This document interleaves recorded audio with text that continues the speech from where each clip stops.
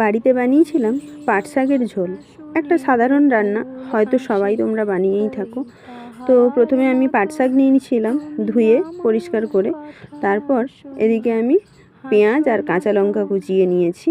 পেঁয়াজটা এইভাবে কুচিয়েছি ডুমো ডুমো করে। আর এদিকে কড়াতে আমি সর্ষের তেল গরম করে নিয়ে রাঁধুনি ফোড়ন দিলাম আর দিয়ে দিয়েছিলাম 2টো শুকনো লঙ্কা কেটে। তো তারপর এদিকে আমি দিলাম পেঁয়াজ আর কাঁচা লঙ্কা কুচিটা দিয়ে হালকা ভেজে নেব। তারপর ওর মধ্যে দিয়ে দেবো নুন দিয়ে নাড়াচাড়া করে নিয়ে এর মধ্যে শাকগুলো অ্যাড করে দেবো। পাট শাকগুলো অ্যাড করে দেওয়ার পর একটু নাড়াচাড়া করে নেব, দিয়ে তারপর অনেকটা মজে গেছে, একটু ঢেকে দেব। কিছুক্ষণ পর ঢাকা খুলে নিয়ে আবার একবার নাড়াচাড়া করে নিয়ে এবার এর মধ্যে দিয়ে দেবো জল।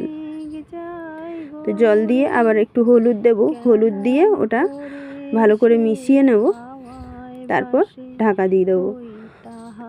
প্রায় 5-10 মিনিট ফোটার পর শাকটা একটু সেদ্ধ হয়ে যাবে, মানে অনেকটাই সেদ্ধ হয়ে গেছে। এবার সবশেষে চিনি দিয়ে ওটা আর একটু ফুটিয়ে নেব। ফুটিয়ে নিয়ে তারপর নুন মিষ্টিটা চেক করে নামিয়ে নেব। তো তোমরা কারা কারা পাট শাকের ঝোল খেয়েছো জানিও কমেন্টে।